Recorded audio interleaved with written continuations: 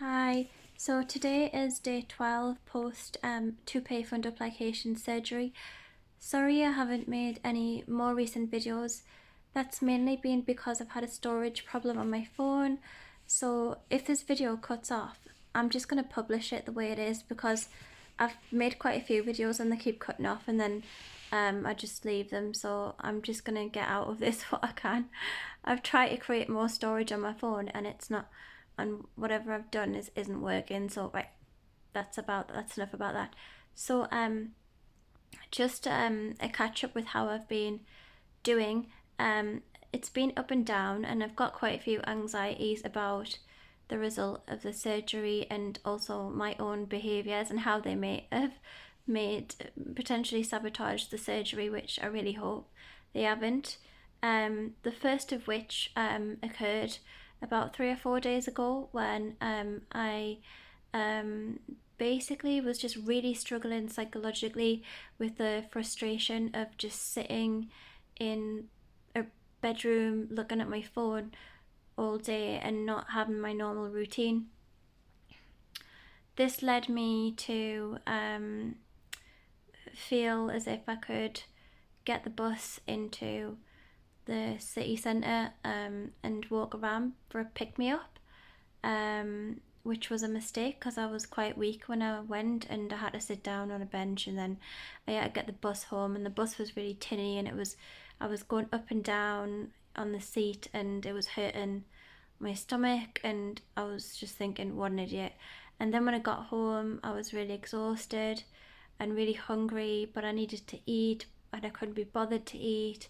So I drank some kefir, but then I realised that I needed protein, and because the day before I had progressed onto eating soft pasta that was blended up, I kind of got overconfident and ate 2 slices of ham, which I chewed, wafer thin ham. I chewed really thoroughly, and that went down really well.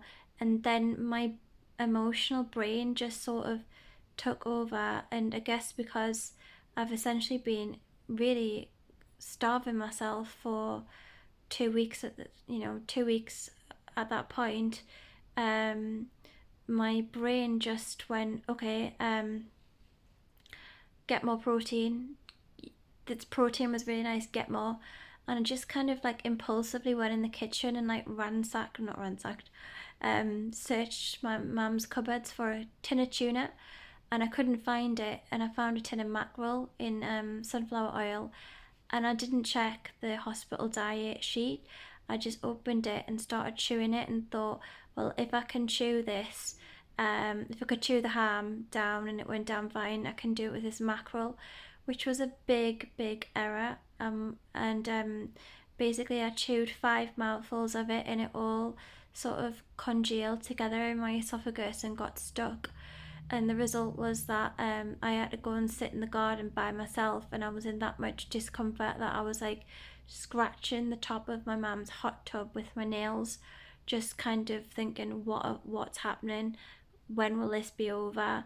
And part of the discomfort was my esophagus being like really tight and full, and I actually felt like I couldn't breathe. I don't know if that was the anxiety or if it was the swelling of the esophagus onto my windpipe, but it was awful. And the other part of the distress was just the disappointment in myself, and also the worry that I may have sabotaged the healing of the new valve, because I imagine that the first 2 weeks following the surgery, it's a bit like a plasticine ornament is setting, and if you kind of stretch it and tax it too much, then you're going to loosen the tightness of it. And because I've only got a 2/3 wrap, then I'm guessing that it's more important that mine is left to be as tight as possible, so that I don't get the horrible constant acid reflux that I was getting prior to surgery. And that evening I found it really tough. I was really agitated. I really hated myself for doing that, and was getting really catastrophic thoughts about having kind of undone the work of the surgery and caused myself to potentially suffer acid reflux in the future by making that silly mistake. But I was eventually able to balance my thinking out and just think, okay, I've done that now. I've learnt a lesson, and from now on, I'm going to stick to as liquid a diet as possible. The second mistake I made was I it's just I didn't feel I was getting enough protein in my diet, and I know protein's important for your body to rebuild itself. The reason for that is that prior to the surgery, I bought a chocolate protein meal replacement drink, and also clear protein drinks.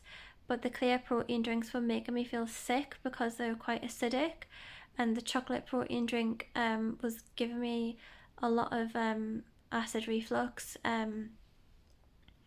because it has a chemical called tannin in it, which increases stomach acid so I had those sources of protein, but I wasn't keen on drinking them. And this because I was stuck in without being able to drive or help myself. I was totally reliant on my mum, and I didn't want to put her out saying, can you go and get like a different vanilla-y protein drink instead. I was kind of stuck, and so I made the decision to put some mince in the soup that I've been drinking.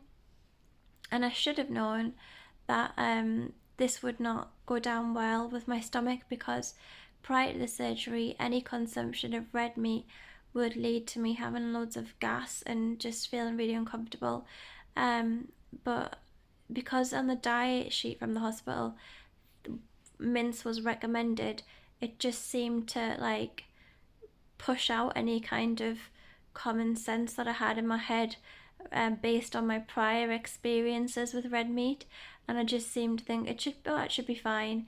And what actually happened was that my stomach became really heavy and really uncomfortable, and I just kept burping and burping and burping, which I was also anxious about, because I was thinking, you're not allowed to drink fizzy drinks after the surgery, and I guess that's because you'll get so much gas coming up that it could tax the stitching as well.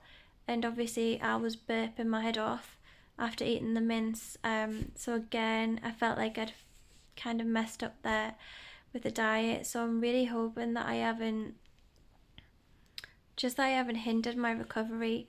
The third anxiety that I've got, anxious thought, is I am not taking any proton pump inhibitors as was recommended by the hospital. My surgeon told me that I would continue to have acid reflux for a while after the surgery, because it takes a while for the valve to start working. And I am having acid reflux, but it's not the horrible heartburn acid reflux. It's more like an achy feeling in my chest, and yeah, it's not nice. And I'm a bit worried that basically by allowing the acid reflux to be there and not taking the proton pump inhibitors, is that hindering the healing process? That's my concern. I am drinking this bottle of Gaviscon here and there after I eat, but I've still got a lot of acid reflux, which is a bit concerning. I mean, he said it would be normal. If this cuts off, by the way, which it might, I'm just gonna upload it like this.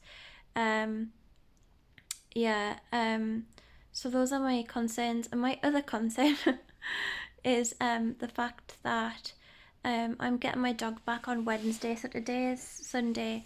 On Wednesday I'm getting my dog back, and you're not supposed to lift anything, and my dog lies down a lot and I have to lift him. Also, we tend to do rough play where he pounces on me. So I'm concerned because my stitches in my stomach still hurt a lot when touched. And obviously he's like a little boy. He's a boisterous little boy, and he will jump on me. And also he tends to refuse to walk, and I have to pick him up. So I'm worried about that as well. Just obviously I really don't want to have gone for the surgery for nothing. Other than that, I'm trying really hard I'm trying quite hard to stick to a good diet. I was really religiously following the acid watcher diet um, prior to the surgery, but I had like some things happen in my life. So my my ex-boyfriend sadly ended his own life about a month before the surgery, and because of that, I have been deviating from the diet. And it's not an excuse, but I've kind of slipped back into my old ways of drinking green tea, which is not good for your valve or good for stomach acid. Um, and just doing little things like the vanilla protein drink is not really good for stomach acid either. But I'm kind of stuck between a rock and a hard place with that because I do need to eat a liquid diet, and I do need the nutrients, and that is a meal replacement protein drink. So yeah, doing that, which prior my ex-boyfriend passing away, I probably would have been more strict with low acid food, and also just the clear protein drinks that I've got also highly processed and quite acidic, and I just notice I'm drinking them where, when I don't really need to. It's almost like a self-harm thing, even though it's ridiculous that drinking a protein drink would be self-harm, but when you've got this condition, it is, because you need to be so careful. But I guess it's a bit of like, what the hell, I don't care, which is not good. It's just hard to it's hard to care about yourself when somebody who you loved is um is gone, and they're never going to get the chance to care about themselves or be happy again. And it's hard to 100% you feel selfish, care about yourself, and also just your kind of ability to have willpower is just a bit diminished. I think often when people go through a bereavement, they can like kind of start drinking alcohol and stuff again, and I guess this is my version of that, drinking green tea and a protein drink that I shouldn't drink. But the consequences is real. Like, I have got a lot of acid reflux as a result of that. But I think eventually I might not stop the green tea, but I will stop any kind of the protein drinks, obviously, when I can eat more. So yeah, this is my updated video. I probably have not been the most responsible patient, unfortunately, and that may have hindered my recovery, and I really hope it hasn't hindered it to the extent that I continue to suffer with acid reflux in the future. I mean, they did even say as I was going into surgery, you might still have acid reflux. But I mean, even if I do still have it, as long as it's not as bad as it was, that would be a win, I guess. I was going to say something and I can't remember what it is.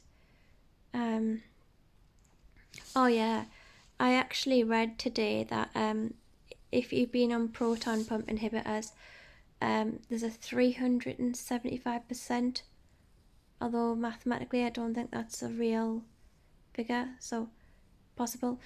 Not maths is not my forte, but there's a huge increase in risk of you having something called SIBO, small intestinal bacterial overgrowth, which can cause all sorts of stomach problems. I say all sorts because I don't actually know what stomach problems it can cause you to have, but it can cause you to have stomach issues. So that is something that I would like to be tested for and to sort out, because I was on proton pump inhibitors for over 10 years, about 12, 13 years. But I don't have any money, so I don't know when I'll be able to afford to do that. But yeah, that could be something that if you're going through a similar thing, you might want to get tested as well. Oh, and also in terms of my current symptoms, I was getting a lot of heaviness in my esophagus. It seems to be getting better each day, but I am getting like this horrible kind of stitch feeling up the right, I think it's the right side of, I think it's the right side of my stomach, or it might be the left side, up the side of my stomach. It feels like gas, and I'm wondering if it's gastritis off where my stomach has been, like the incisions and the stitches are, because I imagine if your stomach needs to digest but it's being cut open, then it's going to be inflamed and the barrier is going to be impaired, which to me would be like gastritis. So I am getting symptoms of like gastritis as well, and a lot of wind, and apparently that is normal for a while after surgery, which is going to be difficult when I go back to work. I think I'm just going to have to get really used to just telling me, oh, by the way, I am going to pass wind and you're going to have to deal with it because I've had an operation and it makes me pass wind all the time. So that's what I'm going to leave this video, the note I'm going to leave this video on.